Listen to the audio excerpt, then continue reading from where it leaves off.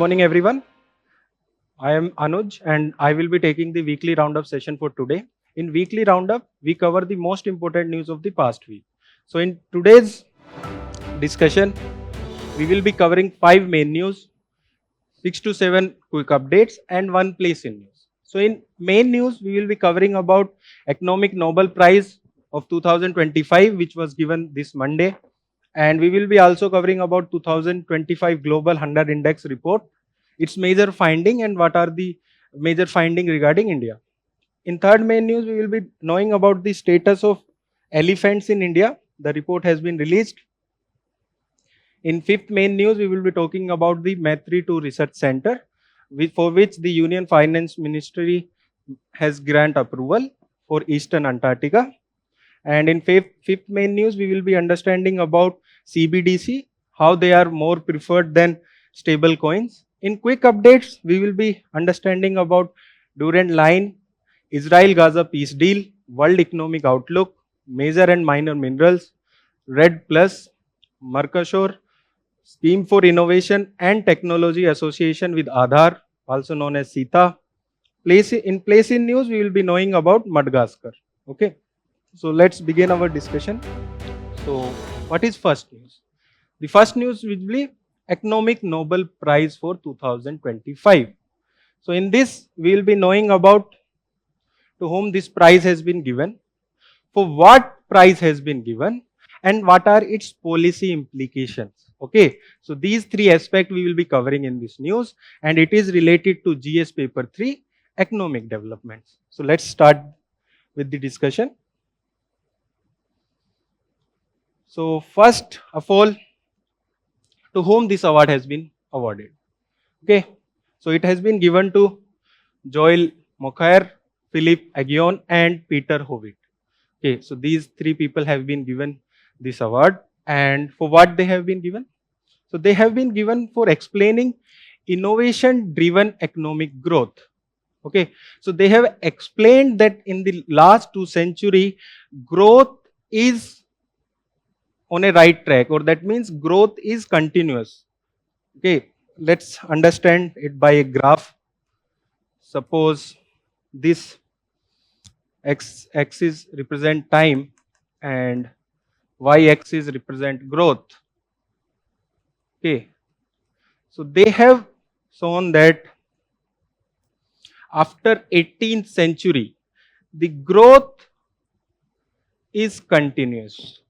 So for this, they have been awarded with the Nobel Economic Prize of 2025. Okay, half of the money has been given to Joel Mokaer and another half is given to Philip Agion and Peter Howitt. Nobel Prize is around 1 crore rupees. Okay, so 50 lakhs is given to Joel Mokaer and the another 50 lakhs is given to Philip Agion and Peter Howitt. So now we will understand what was their research and how it is important for us. Okay, let's understand about the Joel Mokaer contribution. So what he has researched, he has identified the factor necessary for sustained growth.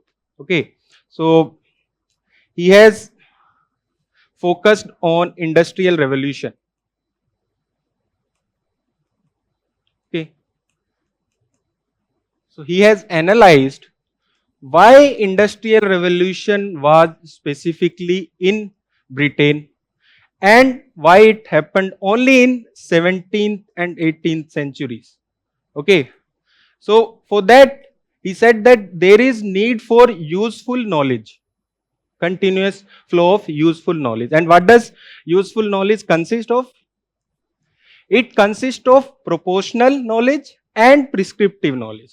So he has said that proportional knowledge was there before industrial revolution as well, but prescriptive knowledge, that means how should that knowledge be used, was gained during the industrial revolution. Okay, let us understand it with an example. Okay, suppose you are reading newspaper for your UPSC preparation. So basically you know that you have to read newspaper. Okay, that is why aspect of this. So you know why you have to read newspaper. That is for clearing UPSC, for covering current affairs, for making your answer very specific and different from others. Okay. But the important aspect here is how to read newspaper, because everyone is taking newspaper as a task and not learning what should be learned from the newspaper. Okay. Suppose there was an editorial last week about lower representation of women in judiciary. So this was the editorial. Okay. So in that editorial, the editorial was divided into two aspects. One, what is the issue, and suggestion, what should be done to improve the women representation in judiciary. So in editorial, it was given that out of 32 judges of Supreme Court, only one judge is woman. One woman judge in Supreme Court. Okay. So this can be written in your answers when you are saying that women representation is low. On the other hand, it has also talked that in lower judiciary, it is around 38%. So that is second data. And when the editorial is talking about the solution, it has said that in UPSC, out of top 25, 11 were women. So 11 out of 25 in UPSC examination for civil services were women. So what the editorial suggested? It suggested for a merit-based selection. Okay. And it also talked about issues of collegium. Okay. So one of the issue of collegium was lower representation of women. So the issues of collegium was asked in this year paper as well. So if you know how to read this newspaper or how to read this editorial and you make notes out of it, so then only you can write your answer very specific and relevant. Okay. Otherwise, newspaper reading will be like a task. Okay. That was his first observation. Second, he said whatever knowledge is there, it should be commercial knowledge. That means it should be reproduced by the same method. Okay. The most important aspect he has said that it is that societal openness to change. And in industrial revolution, the England was going through Enlightenment era. So that's why he has said that the reason for industrial revolution at that time in England was because of these factors. Okay. This was the contribution of Joel Macher. Now we will see the contributions of Philip Aghion and Peter Hoggett. Okay. So what they have done? They have formulated a mathematical model to explain creative destruction. Okay. So the mathematical model or the mathematical formula which is provided them is not useful for us until and unless we are reading economy for our optional, economic optional. So they have explained creative destruction. What does creative destruction means? Basically, creative destruction means that creative because it is based on innovation. Destruction because it will leads to destruction of older products. Okay. Let us understand with an example. Around 2002 to 2006, Nokia keypad phone were said to be indestructible. If you throw them also from the 4th or 5th floor, they were said that they won't be destructed. Okay. But then came Apple products. iPhone was launched in 2006 or 2007. What it led to? It led to more phones which was operated on screen. What does it led again? It has led to downfall of Nokia. So here they mean by the meaning of creative destruction is this. Okay. So according to creative destruction, which I have told earlier, the arrival of new and better product in the market causes companies offering older version to lose their competitiveness, which was happened with Nokia.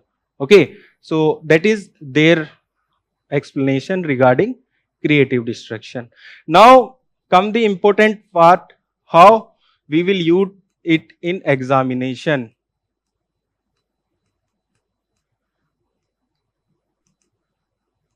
Okay. So first is, suppose directly it is asked in UPSC examination, what was the Nobel Prize this year for economics awarded, and what was their significant, what was their research and all. Second, suppose you are supporting your answer like why government need to focus on R&D, okay, for innovation. Why government need to focus on IPR, okay, again innovation. Why government need to focus on skills of citizens, okay, that is that I have already told in, that will come in the how aspect of an knowledge. When why and how will meet, then only the knowledge will become useful according to this year's Nobel Prize winners. Okay. So when you will be writing such points in your answer, you can support your answer with the findings of this year prize. Okay. So this was the first news. Now we will go to the second news. So what is given in the second news? In second news, we will be covering about Global Hunger Index report, which has been released. Okay. And its name is 20 years of tracking progress, time to recommit to zero hunger. So in this, we will be understanding about what is Global Hunger Index, what are its key indicators, what are its major findings, and what is the standing of India. Okay. And it is related to GS paper 2, which talked about issues relating to poverty and hunger. GS paper 3, issues of buffer stock and food security. Okay. So this is the second main news. So first of all, we will understand who have published it. It is published by 3 organizations. One, Irish humanitarian organization concerned worldwide. Second, the German aid agency, Welthung Her Life. And third, the Institution of International Law and Peace and Armed Conflict. So these 3 organizations has published it. Okay. And let us understand what is Global Hunger Index. Okay. So basically, it is a tool for comprehensively measuring and tracking hunger at national level, at global level, as well as regional level. So Global Hunger Index measure and track hunger at 3 levels, which are global, regional, and national. Okay. And based on values of 4 indicators, it published its report. Okay. So what are those 4 indicators? So please look into this infographic. These are the 4 indicators, which is undernourishment, child stunting, child wasting, and child mortality. Okay. And the data is taken from the world organizations like UNO, FAO, WHO. So from these organizations, the data is taken from. So here one point you should remember, that data is not taken from the Posan tracker, which is an Indian tracker which provide data related to Anganwadis and undernourishment, child stunting, child wasting, and child mortality as well. Okay. So data is taken from the international organizations data. Okay. Now it is very important to understand their meaning, especially the meaning of child stunting and child wasting. Okay. Undernourishment is easy. If someone is taking low calories, that will be called as undernourishment, and it is around 33%. Okay.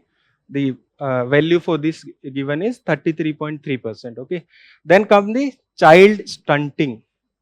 What does child stunting means? Suppose it means low height to age. That is the meaning of child stunting. Child here is up to age of 5 years. Okay. Suppose a child whose age is 4 years and whose height is not applicable, or whose height is low when compared to the other 4 years old child, then it will be called as child stunting. Okay. Now the second aspect here, child wasting. It is low weight to height, not to the age. Weight, low weight to height. Suppose there is a child and whose height is around 2 feet. So there should be a specific weight. If the weight is below that specific weight, then it will be known as child wasting. Okay. So the difference should be clear, because sometime in UPSC they ask the definition and ask to match the following, or sometimes they are directly ask the definitions. Okay. Then child mortality, if a child does not celebrate or does not reach his 5th birthday, okay, then it will be known as child mortality. Okay. So these are the 5 indicators on which the GHI is based upon. Okay. It is very important for your prelims. Okay. Last, like in 2016, there was a question as well according to these on these indicators. Okay. So we will be seeing that in the last, after the discussion of this news. Okay. GHI severity is divided into 5 hunger scale, which is low, moderate, serious, alarming, and extremely alarming. So 0 is very low and 100 is extremely alarming. So this is the important part here about the GHI. Now we will understand its major findings. What are its key findings? Okay. So first of all, the important finding is that the global hunger has seen little reduction since 2016. So it implies that there is possibility that we won't be able to achieve the SDG of zero hunger. So it is given in the report that there are chances that we will not be able to achieve the zero hunger SDG. Please write down in the comment section which SDG talk about zero hunger. Okay, this is the first major finding. Then India's rank, it is at 102 among 123 countries, and it is assessed with the GHI score of 25.8, and it comes under severe hunger scale. On this hunger scale, it comes on severe. Okay. And what are the factors behind hunger crisis? It has given that conflict is the primary driver, then climate change, environmental shock destroying food system, economic fragility, which includes inflation, and other reasons as well. So these are the basic reasons given in this report. Okay. I hope this has made you somewhat clear about the GHI and findings. Now we will look into the PYQs. So first PYQ is from prelims in 2016. It was asked like which of the following is or are the indicator or indicators used by IFPRI to compute the global hunger index report. So these are the 3 options given. First one is undernourishment, second is child stunting, and child mortality. Okay, so we have discussed this in our discussion. So based on these, write down the answer. The first option is A, 1 only, B, 2 and 3 only, C, 1, 2 and 3, D, 1 and 2. Oh, sorry, 1 and 3 only. Okay, so we have already discussed it. Please write the answer in the comment section. Okay, now we will look into the main PYQ. Okay, the question is, how far do you agree with the view that the focus on lack of availability of food as the main cause of hunger takes the attention away from the ineffective human development policies in India? Okay, so it is interdisciplinary question. So what this question is asking? Okay, suppose this is hunger. So it is saying that somewhat India has focused more on availability of food, and we have not focused more on other human development policies like health and sanitation, okay, women empowerment, employment, and other human development policies. So you can support your answers. Like last year, around the production of food grain in India was around 350 lakhs metric ton, which is more than what will be required by the total population of the country. Even then, there are some people who are not getting food for like food to eat. So there are other reasons which are health and sanitation issue. Government is working through Swachh Bharat mission, women empowerment. Then government is working on women empowerment as well, like through Project Sakti and all. Then employment, because the food should be accessible as well. So you can write your answer balanced in a balanced way. In introduction, you can write about the the global hunger index and India's ranking in it. Then you can write about your answer in the body and you can conclude it. Okay. In last year as well, the question was there regarding malnourishment. Okay. There was a question about obesity and processed food. Last year, our honorable Prime Minister has said about the catastrophe of obesity in India. Okay. So last year it was asked. Okay. So that is the another aspect of hunger where the like amount of nourishment or the calories are not taken in a proper way. Okay. So this was second news. Now we will move to the, in third news, we will be reading about the status of elephant in India. Okay. In this, we will be understanding about elephant, what are its major findings, and what are the issues which are given in this report. Okay. It is related to GS paper 3, conservation and ecology. Okay. So let's deep dive into this topic. Okay. So this is India's first DNA based count of elephant. Okay. How does they count? They have used the scants of elephant. That means their poops, pug marks and other things. Scant mean poops only. So they have used for counting, and it was conducted by Wildlife Institution of India under the aegis of Project Elephant. Okay. There is another project as well, Project Tiger. Okay. Please make a note that Project Tiger and Project Elephant was merged last year. So now the merge project is known as Project Tiger and Elephant. Okay. So these two projects are merged last year. Okay. Okay. So elephant basically is very important for us. Like culturally, if you see Lord Ganesha, or in Buddhism also, we talk about elephant. Even when Alexander attacked India, so for the first time he has seen war elephant. Okay, he has he defeated Porus, but he recognized the value of war elephant. Okay, so that is the importance. And this is the image last in 2020. There was a pineapple given to a pregnant elephant. In the pineapple, there was firecrackers, and that has led to the death of that pregnant elephant. Okay, that we will be discussing about man-animal conflict in the later part of this. Key findings of the report. Okay, so it has said that around 22,446 elephants are there in India.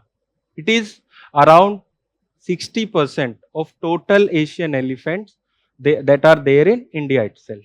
Okay, there are three types of elephant. One is savanna elephant, which are the largest. Okay, then forest elephant, then the Asian elephant. Okay, these are the three type of elephants, and first two are found in Africa, and this is found in countries like Sri Lanka, Indonesia, India. Okay, so these are the three types of elephants, and savanna elephant is the largest.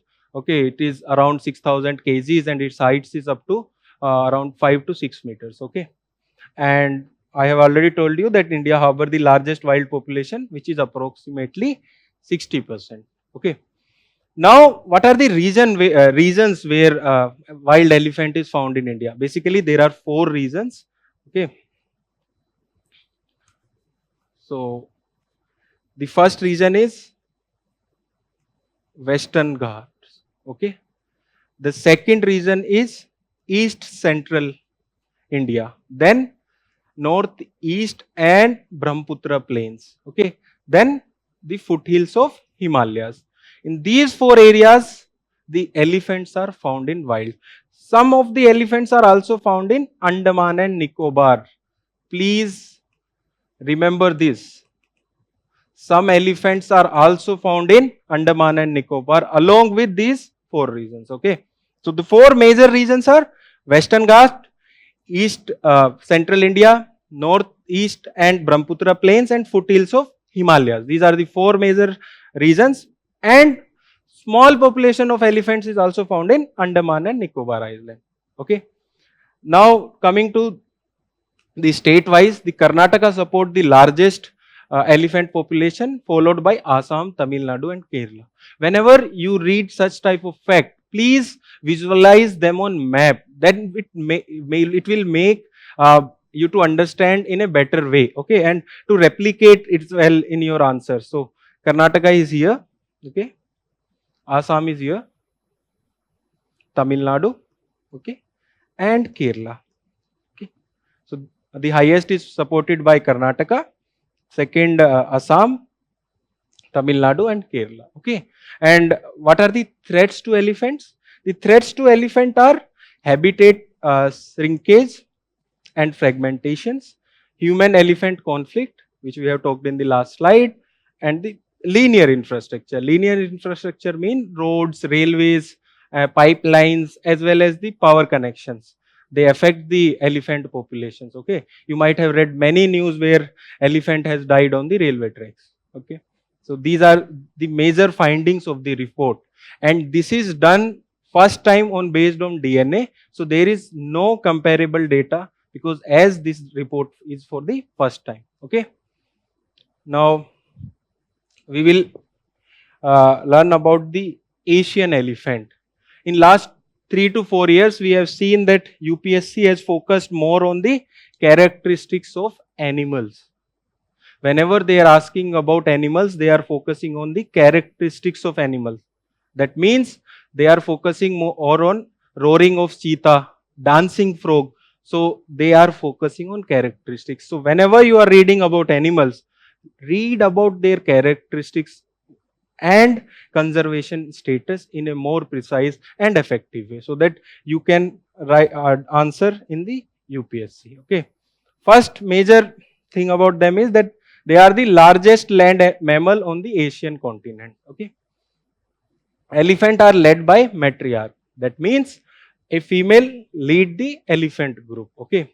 And they have the longest gestation period, which is around 22 months. Whenever such type of extreme words are there, longest, all, only, then you have to remember those words. Sorry, those statements. Okay. What is their conservation status? They are endangered in IUCN Red List. Okay. Listed in Schedule 1 and 4. Okay. They are listed in Schedule 1 and 4.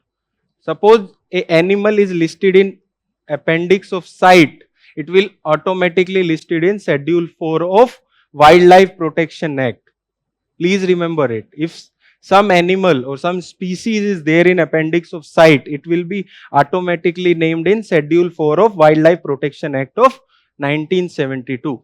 Okay. So this was about Asian elephant.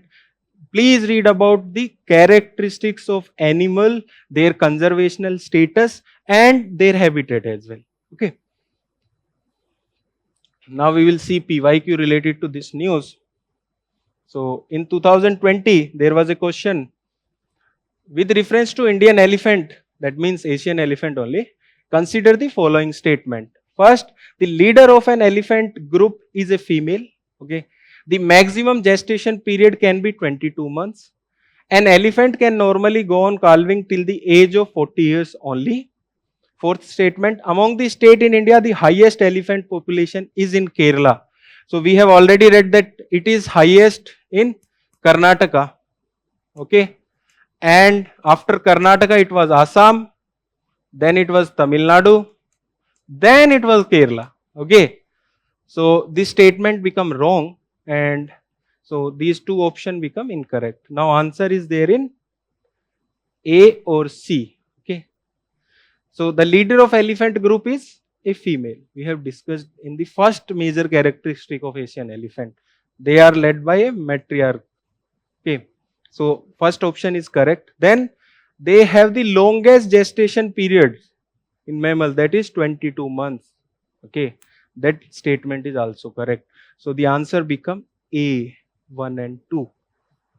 Whenever you are reading some news, please connect it to PYQs and please connect it with your syllabus. Then only you will read that news in a more effective manner. Okay. Now we will go to the next news. So the next news is related to Maitri. So what is the context? Union Finance Ministry has granted approval to Maitri 2 in Eastern Antarctica, and it is a research station. Okay. So it is related to GS1, silent feature of world physical geography, and GS3, conservation and ecology, okay, of environment. Okay. So let's move to the, so let's discuss this news. This is India's fourth research base expected to be operational by 2029. That means we have already 3 research stations there. One is Dakshin Gangotri. It is not operational now. Okay, it is not operational now. Okay, it was operational from I think 1983 to 1984. Okay, we have Maitri 1. Okay, and we have the third research station which is known as Bharati. Okay, these 3 research stations are there in Antarctica. So whenever we are talking about Antarctica, we should also read about the Arctic as well. Suppose this is the world map. So here it is Antarctica, here it is Arctic. Okay.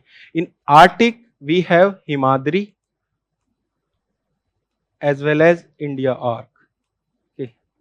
So these 2 research stations are there in Arctic.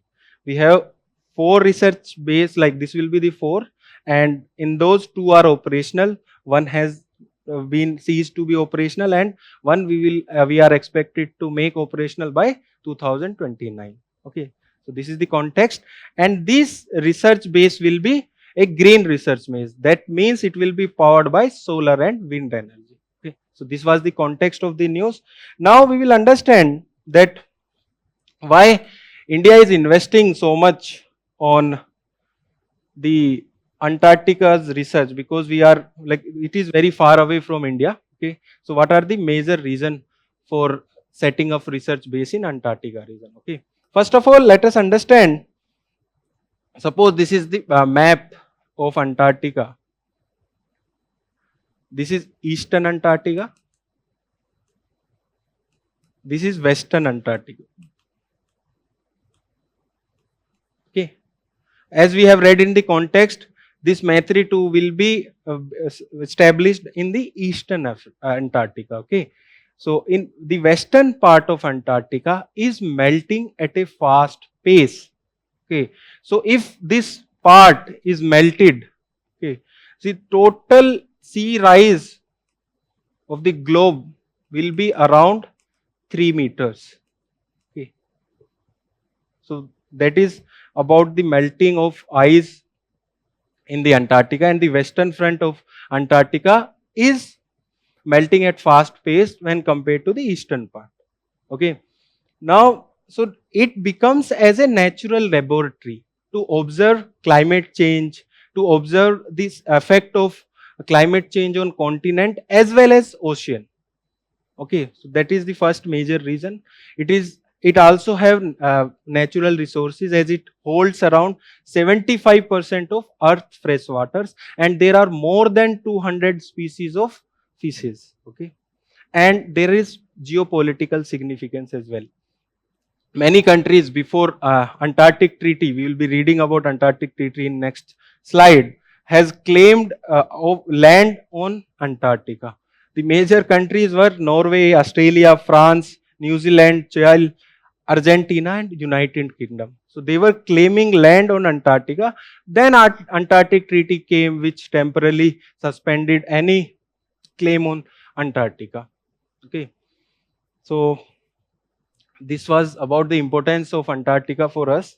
And what are the India's initiative for Antarctica? Okay, first of all, we have already talked about the research initiative, where that is Maitri and Bharti.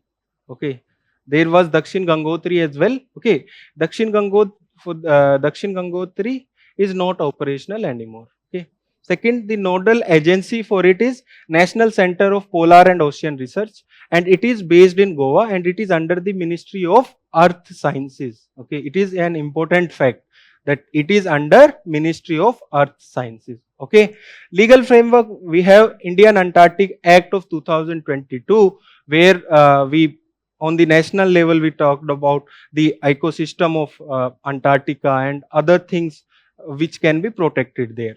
Then we are also the part of Antarctic Treaty as consultative party.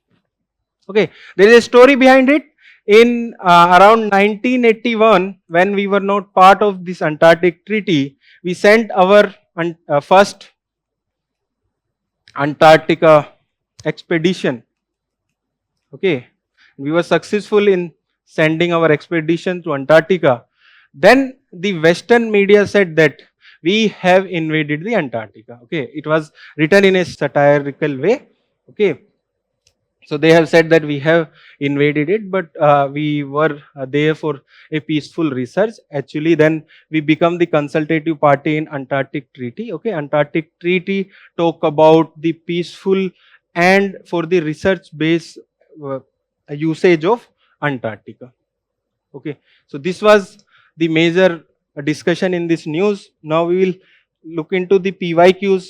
Okay, so the first PYQ is of 2015, the term India arc, sometimes seen in the news, is the name of. Okay, we have already discussed it. Okay, the A, an indigenously developed radar system inducted into Indian defense. B, India's satellite to provide services to the countries of Indian Ocean Rim. C, a scientific establishment set up by India in Antarctic region. Okay, D, India's underwater observatory to scientifically study the Arctic region. So this will be the answer for this. Okay, we have already discussed that India arc and Himadri is there in Arctic region. Okay, now we will look into one mains question, that is, how do the melting of Arctic ice and glacial of Antarctic differently affect the weather patterns and human activities on the earth? Okay, so in this you can divide your answer into three parts, that is introduction, body, conclusion. Okay.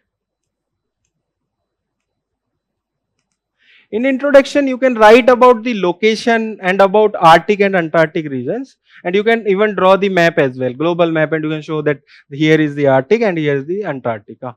And in body, you will be writing about the melting of Arctic and glacial of Antarctica and how they will affect the weather pattern and human activities. Okay, when we were discussing about the Antarctica, I have already told you its melting will leads to 3 meters rise of sea level.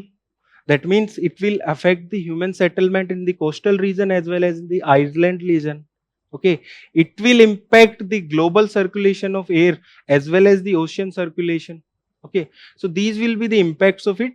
That is about Antarctica. In Arctic, the reasons or the implication will be more local, and they will be affecting the polar jet winds, and it will leads to a new shipping route, because that total region, okay, this, suppose this is Arctic, if it get melted, then there will be another shipping route here. Okay, so these will be some implication of it. In conclusion, you can write about the global consensus for safeguarding these regions. Okay, so this was the fourth main news.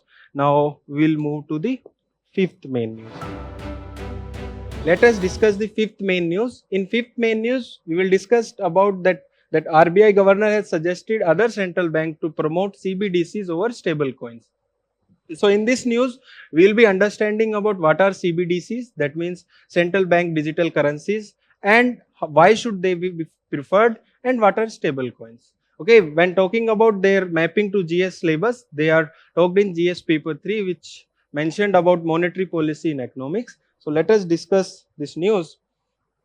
So the suggestion has come in the backdrop of many international events, like Bank of England has permitted a certain amount of stable coins only, and even the US has passed a the guiding and stabilizing national innovation for US stable coins. Okay, these developments are not that important. What is important here is that what is central bank digital currency, what is and what are stable coins. Okay, so what is stable central bank digital currency or CBDCs? CBDC is a new form of money that exists only in digital form. Okay, so it is given by central bank.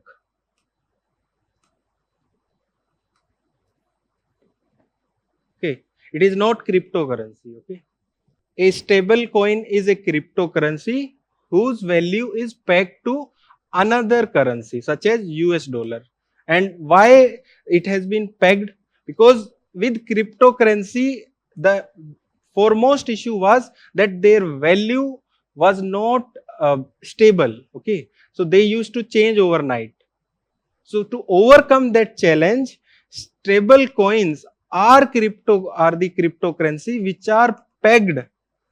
Pegged means linked to the other currencies like US dollars, so that there can be the stability. Okay.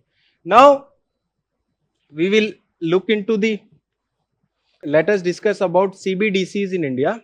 CBDC in India is known as digital rupees. Okay, it is issued by RBI. So first of all, the first question which should come in your mind is that why we are going for CBDCs when we have a successful initiative like UPI. Okay, UPI is very successful in India. Okay, even for small amount of payment like 5 rupees to 10 rupees, we often prefer UPI. Then what is the need of CBDCs here? Okay, so what is the basic difference here is, suppose you are making an payment to chai wala. Suppose this is you and this is chai wala, and you are making payment to him or her. Okay, so through UPI you will be transferring money from your bank account to the bank account of chai wala. Okay, so here two banks are involved, but in CBDC only the wallets will be involved. Okay, so the money with, or the digital rupee will be transferred from your wallet to the wallet of chai wala. Okay, and it is, like I have already told you, it is stored in user's digital wallet. Okay, RBI is currently conducting pilot projects on two bases, like one is retail CBDC that is given to the general public, and another one is wholesale CBDCs, okay, that are given for the banks and other licensed financial institutions. Okay, so these are the pilot projects which are going on in India. One is retail CBDC and another one is wholesale CBDC. Okay, so this was the about the CBDCs in India. Now we will understand why CBDCs should be preferred. Okay, first of all, they are backed by the sovereign government. Okay, that means, so there will not be any issues like which are there in cryptocurrencies. Okay, they are backed by sovereign government. Okay, so and consider legal tenders. Okay, they operate within regulatory framework. Okay, so if there is some monetary policy change, it will impact and it will show the result in the CBDCs as well. But whereas cryptocurrency, they operate outside the monetary policy. That means they are not regulated. So there are threat of like inefficient usage or money laundering as well. Okay, it will lead to efficiency in cross-border payment. Now the payment is done through banks and it leads to other issues like is the bank operated there, and the money exchange issues as well. If CBDCs are there, the cross border payment will become more efficient. The other reason for its preference is that it will be better integrated with the monetary policy. I have already explained how it will be better integrated with the monetary policy. It will promote inclusiveness and low cost public payment system. Okay, so this was about the CBDCs. Now we will, so today in place in news we will read about the Madagascar. Okay, why we are reading about Madagascar today? So in Madagascar there are anti-government Gen Z protest. Before Madagascar there was Gen Z protest in Nepal. Okay, so please expect a question where they can ask about why there is rise of Gen Z protest in various countries. You should have answers for that. Okay, in your mains. Okay, in prelims they can ask about where anti-government Gen Z protest has taken place. The first country was Nepal. Now it has taken place in Madagascar. Okay, we will understand about its features. First is, it is fourth largest island in the world. What are the other three largest island? One is Greenland, New Guinea, and Borneo. Okay, so Greenland is in Atlantic Ocean, New Guinea and Borneo are in Pacific Ocean. That means Madagascar is the largest island in Indian Ocean. Okay, such types of fact can be remembered for map based questions. Okay, it has high endemism. That means approximately 90% of Madagascar's flora and fauna is found there only. It is not found on other place. That is because of it has separation from the Africa continent, and it is divided by a Mozambique strait. Okay, it has impact on Indian monsoon as well.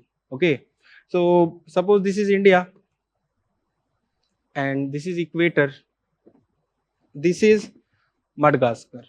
Okay, so in monsoon the equator or intertropical convergence zone comes at the northern part of India.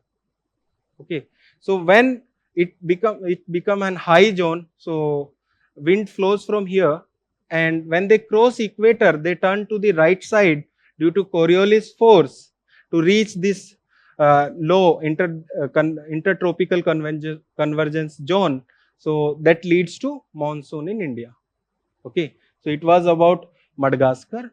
Why it was in news? Gen Z protests are happening, like it has already happened in Nepal. Now they have happened in Madagascar. So also know about why there are so many protests of Gen Zs. Okay, and so now we will look into the quick updates for today. Okay, so the first quick update is Durand line. Okay, why we are reading about Durand line is that there are border clashes erupted between Pakistan and Afghanistan. Okay, even Pakistan is claiming that Afghanistan is fighting a proxy war because they have started war when they have visited India. So these are the false claims made by the Pakistan government. We will understand about the Durand line. It is here, border between Afghanistan and Pakistan. Okay, Afghanistan also share border with India. Okay, it share borders with other countries as well. There was a question regarding the bordering countries of Afghanistan in 2022. Afghanistan was in news in 2021 because of withdrawal of USA. So the question about bordering countries was there in 2022. Okay, now there is a lot of issue about the Bagram air base as well. Okay, please read about these issues because map based questions are coming in exam. Okay, so this was established by 1893 agreement between Sir Henry Mortimer Durand, the Foreign Secretary of British India, and Amir Abdur Rahman Khan, the Amir of Afghanistan. So this was about Durand line. Now we will see the next quick update, which is Israel-Gaza peace deal. Okay, and according to this deal, there has been release of 42 hostages and withdrawal of Israeli force from Gaza city to yellow line. Okay, this is very important. Okay, this is yellow line, which is a temporary border between Gaza and Israel. Okay, there is one blue line as well. Please read about blue line and write in the comment section like which blue line acts as border of two countries. So please write in the comment section what are the bordering countries around blue line. Okay, it is an important fact. Such type of facts are very important. So here it is yellow line. There is also a blue line there. One country is Israel, and please write about the other country in the comment section. Okay. Now we will discuss about this peace deal. Okay. It is based on US President 20 points plan, to which he was claiming he should be awarded with the Nobel Peace Prize. Okay. And it include ceasefire, Israeli withdrawal to agreed lines and release of all hostages. Okay. And who has mediated it? It was mediated by USA, Egypt, Qatar and Turkey. Okay. What is India's stand? India stand for the peaceful resolution, and it has welcomed this deal. Okay, so this was about the Israel-Gaza peace deal. Okay. Now moving to the next news. Next news is about World Economic Outlook. Okay. So the major finding of this report has been released this week. Here, such types of reports are very important. For what? For supporting your argument in mains, and in prelims they comes directly, like World Economic Outlook is released by, which was already asked in prelims. It is released by IMF. Okay, and what are its major findings? It has projected India's GDP growth for 2025-26 to 6.6 from 6.4 earlier and 6.2 for 2026 and 27. They have said the reasons like private consumption has increased, okay, and reforms like GST, okay. And now coming to the World Economic Outlook, it is published by International Monetary Fund, which is also known as IMF. It is very important here, like by whom it is published by, okay. And what it is its purpose? It present analysis and projection of world economy in the near and the medium term. It is released twice a year. Okay. So this was about World Economic Outlook. Next news, that is major and minor minerals. It is very important for your prelims. In last 6 years, there was two questions. I think in 2019 or 2020 and in 2025. So the question based on major and minor minerals have come in two prelims. One in I think 2019 or 20 and one in 2025. Okay. So what is the context here? That the Ministry of Mines have classified limestone as a major minerals. Okay. Now we will understand what are major and minor minerals. Okay, so according to Mines and Minerals Development and Regulation Act of 1957, minerals in India are classified into two. One is major and another one is minor. Okay. So what are minor minerals? Minor minerals include building stones, gravel, ordinary clay, ordinary sand or any other mineral declared by central government. Okay. These are minor minerals. Okay. If you read this statement correctly, you can solve both of the PYQs of 2019 or 20 and 2025. Okay. This is the importance of this news. Okay. All other minerals than the minor minerals are classified as major minerals. Okay. And the another aspect, that the state government has the power to make rules for minor minerals. Okay, so this was about minor and major minerals. Now we will read the next news. Next news is about REDD plus or RED plus. Okay, and what is the context? Context is that only a small number of tropical forest carbon offset projects under RED plus have achieved significant cuts in deforestation. So there was a question regarding RED plus in 2016, prelims. Okay, let us understand it about RED plus. What does RED stand for? RED stands for reducing emission from deforestation and forest degradation. Okay, in developing countries. Okay, for this, developed countries or industries offset for this type of development. Okay, what does offset means? Suppose I am an industry and I am producing a large amount of CO2. To compensate for that, I will be giving money to someone, that is basically to developing countries, so that they can reduce emission from deforestation and forest degradation. Okay, and what does plus stand for? Plus stand for additional forest related activities that protect the climate. It includes sustainable management of forests, and that also includes the people who are staying there. Okay, you might have read about sacred groves and all.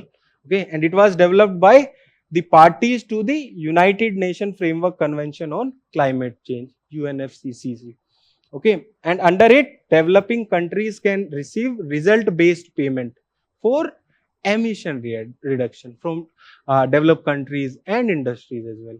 Okay, so this was about RED plus. Okay, now we will discuss about the next news. Next news is Mercosur. Okay, what is the context?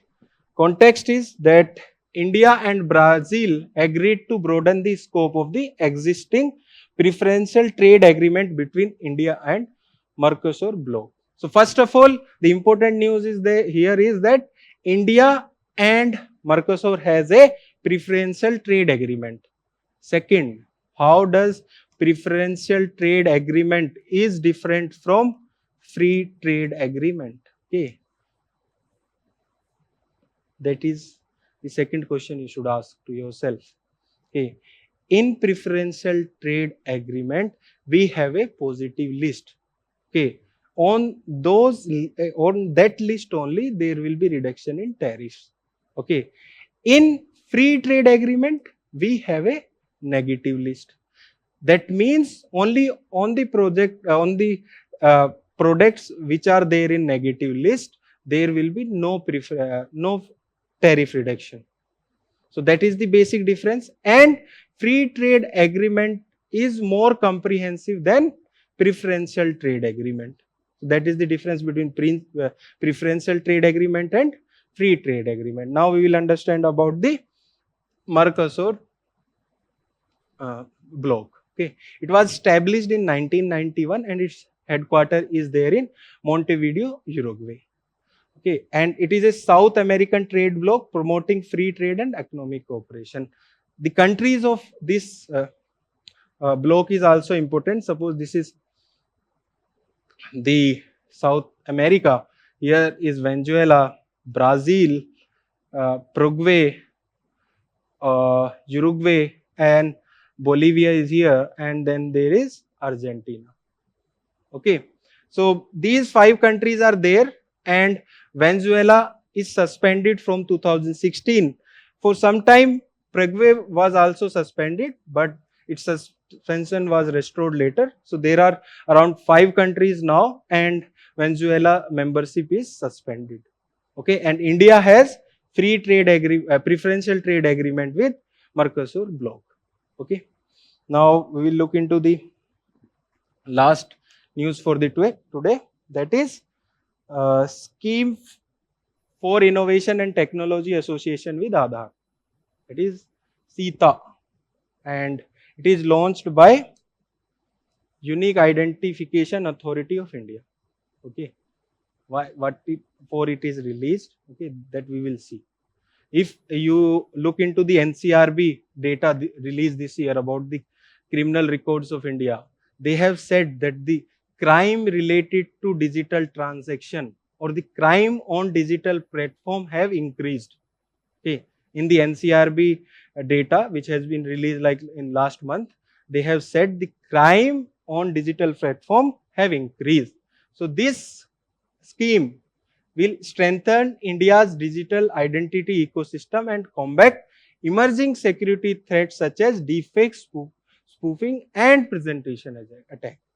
Okay, and its implementation agency is UIDAI, which is under Ministry of Electronics and Information Technology. Okay, and it will focus on biometric authentication, AI and machine learning solutions, data privacy, and advanced biometric security. Okay. Lastly, you can read other information on our digital current affairs and you can solve smart quizzes as well. Prepare well and happy Diwali. All the best for your preparation.